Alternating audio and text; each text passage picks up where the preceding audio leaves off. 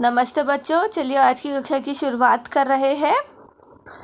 बच्चों, आज हम पाठ 15 ज्ञानी पढ़ने वाले हैं। बहुत मज़ेदार है बच्चों ये है। तो सबसे पहले ये दो पड़ोसी की कहानी है। जैसे हमारे भी पड़ोसी होते हैं बच्चों, तो ज़रूरी नहीं है अगर हम मराठी बोलते हैं तो हमारा पड़ोसी भी मराठी बोले। हम लोग की क्या होती है, मातृभाषाएं अलग अलग हो सकती है। तो ऐसे ही दो पड़ोसी है, एक है बंडू भाऊ और एक है सुदामा। तो बंडू भाऊ जो है ये मराठी है और ये सुदामा जो है हिंदी है। तो पड़ोसी होने के कारण क्या होता था, इनके बच्चे आपस में खेलते थे या एक साथ रहते थे। और ये पड़ोसी रहने के कारण क्या होता था, सुख दुख में सहभागी होते थे। मतलब सुख रहे या दुख रहे, दोनों एक दूसरे का साथ देते थे। अब दोनों की मातृभाषा अलग होने के कारण क्या होता था कि बीच में कई बार ऐसा होता था कि मतलब मातृभाषा अलग होने के कारण शब्द के अर्थ अलग हो जाते थे और उनके बीच में मनोरंजक मतलब एक हंसी वाला स्थिति निर्माण हो जाती थी। तो वही यहाँ पे बताई हुई है बच्चों। तो देखिए, पहला बंडू भाऊ कौन है, मराठी। मना करने के बाद भी बच्चे बरसात में भीग रहे हैं, अंदर बुलाकर उन्हें शिक्षा दो। अब बंडू भाऊ और सुदामा बात कर रहे हैं। तो जिसमें बंडू भाऊ बोलता है कि मना करने के बाद भी जो बच्चे हैं वो क्या हो रहे हैं, बरसात में भीग रहे हैं, तो इन्हें बुलाकर क्या करना है, शिक्षा देनी है। अब मराठी में शिक्षा का अर्थ क्या होता है बच्चों, पनिशमेंट। क्या होता है, पनिशमेंट। पर हिंदी में शिक्षा का अर्थ होता है पढ़ाई। और हिंदी में क्या होता है, शिक्षा का अर्थ पढ़ाई। तो यहाँ पे बंडू भाऊ का क्या कहना था कि उन्हें पनिशमेंट दो। पर जो सुदामा था वह हिंदी में क्या समझता है, देखिए, अरे बंडू भाऊ मैं क्यों शिक्षा दूँ, शिक्षा तो उन्हें विद्यालय में मिलेगी। देखो, अब वो पनिशमेंट देने बोल रहा है और ये शिक्षा, मतलब शिक्षा के दो अर्थ होते हैं बच्चों, एक मराठी में दंड और हिंदी में पढ़ाई। अब बंडू भाऊ को बोलना कुछ और था पर सुदामा ने समझ कुछ और लिया। तो यही मनोरंजन, मतलब हंसने योग्य। फिर बंडू भाऊ, तो क्या बच्चे ऐसे ही भीगते रहेंगे। तो बंडू हो जाता, तो बच्चे ऐसे ही भीगते रहेंगे। सुदामा, बच्चे तो बंदर होते हैं इसीलिए खेलते ही रहेंगे। अब उसका कहना था कि बच्चे तो बंदर जैसे ही कूदते इधर से उधर रहते हैं तो खेलेंगे ही। लेकिन अब मराठी में बंडू भाऊ ने उसे क्या समझा, बंदर मतलब बंदरगाह। मराठी में बंदर मतलब बंदरगाह होता है जहाँ पे बड़े बड़े जहाज आके रुकते हैं। लेकिन जब आसपास कहीं समुद्र ही नहीं है तो बच्चे बंदर पर कैसे जाएंगे, मतलब बंदर जब समुद्र ही नहीं, क्योंकि बंदरगाह का होता है समुद्र पर हमारे घर के आसपास तो कहीं समुद्र ही नहीं है, तो बच्चे बंदर पर कहाँ जाएंगे। तो यहाँ पे भी देखिए, बंदर के दो मीनिंग, बंदर मतलब वानर, वानर मतलब मंकी, और यहाँ पे मराठी में बंदर का अर्थ होता है बंदरगाह।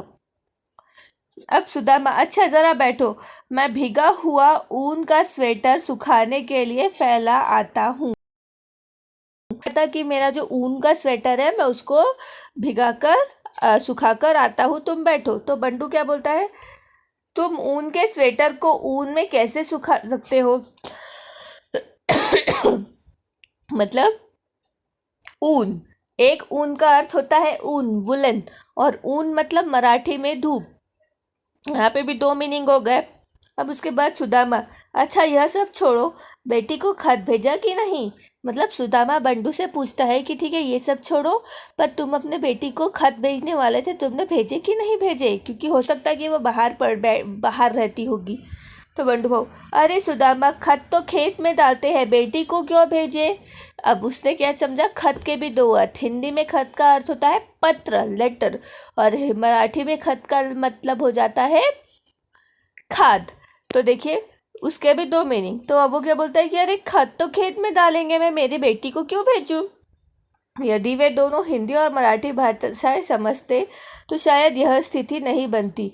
इसलिए कहते हैं कि जो जितनी अधिक भाषाएं सीखता है उसका ज्ञान उतना ही बढ़ता है। मतलब सुदामा को क्या था, मराठी नहीं आती थी और बंडू भाऊ को हिंदी नहीं आती थी, जिसके कारण वो क्या करते थे, आपस में अपने शब्दों का पूरा उल्टे पुल्टे अर्थ निकाल लेते थे। पर अगर हिंदी मराठी दोनों को आती तो ऐसा नहीं होता। इसलिए कहते हैं बच्चों कि जितनी भाषा सीख लो उतने ज्ञान प्राप्त कर सकते हो।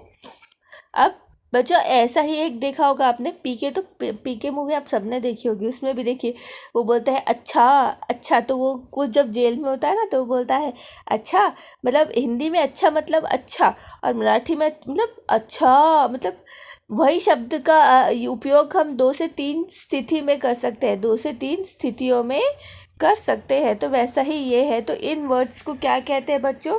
समोच्चारित शब्द। समोच्चारित शब्द।